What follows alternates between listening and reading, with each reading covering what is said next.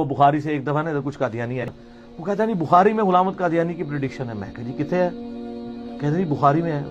اب وہ حدیث بخاری مسلم دونوں میں ہے کہ نبی علیہ السلام نے وہ جی سیدنا سلمان فارسی سے فرمایا تھا کہ اگر دین ثریا ستارے کی چوٹی پہ بھی ہوتا نا تو فارس کے لوگ وہاں سے حاصل کر لیتے.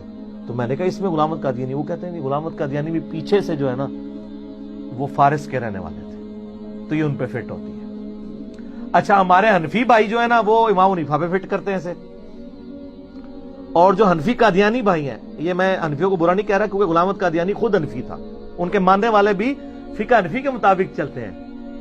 اور میرے پاس ایک تبلیغ جماعت کے بھائی ہیں، وہ آپ نے میرے بھائی کو گمراہ کر دیا ہے، وہ قادیانیوں کے طریقے پہ نماز پڑھتا ہے. میں نے کہا کیسے؟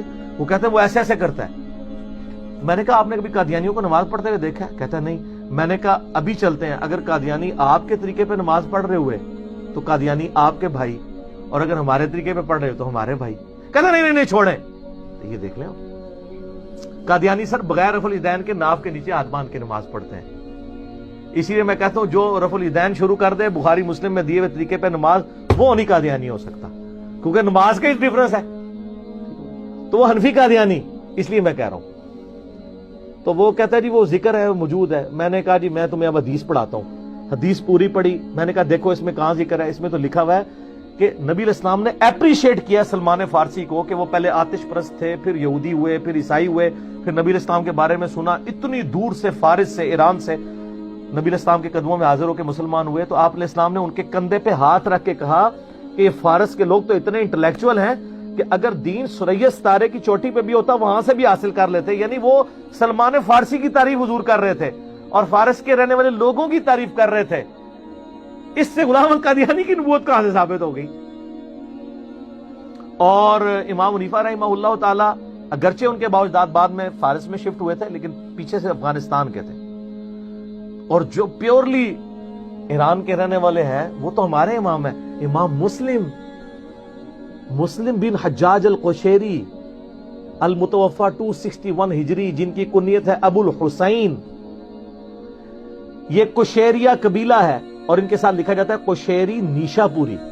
نیشا پور آج بھی ایران کا شہر ہے، جا کے لکھ لیجئے گا، گوگل میں لکھے نیشا پور کہاں پہ ہے، ایران کا. تو یہ امام مسلم پہ فٹ ہوتی ہے اگر سلمان فارسی کے بعد کسی کے اوپر فٹ ہوتی ہے کہ وہ دین ثریا ستارے کی چوٹی پہ بھی ہو. تو دیکھیں امام مسلم کہاں سے اٹھے ہیں؟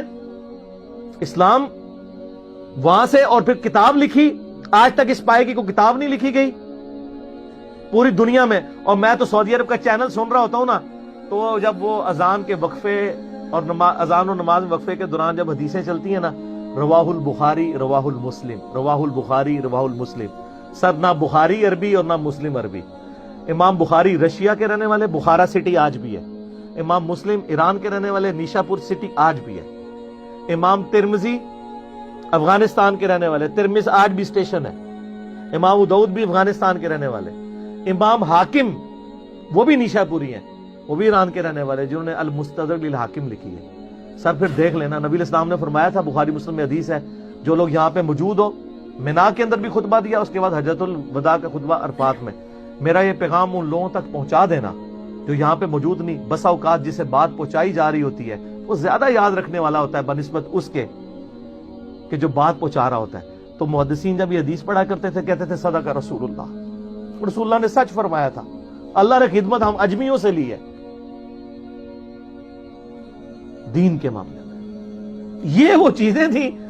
کوئی اس میں امام حنیفہ کو ڈال رہا ہے، کوئی غلام احمد قادیانی. نبوت کہاں سے ثابت ہوئی؟ کہاں لکھا ہوا ہے؟ یہ اسی طریقے سے ہے جیسے وہ کہتے ہیں جی تراویح کتنی ہوتی ہے؟ 20. کیوں تراویح؟ وی آ گیا وچ پنجابی والا، اے بس تراویح والے دلائل ہوندے نے انہاں دے. علمی دلائل ان کے ہوں گے جو جھوم کے کہیں گے کیا کہ نہ میں وابی نہ میں بابی، میں ہوں مسلم علمی کتابی. ٹھیک ہو گیا.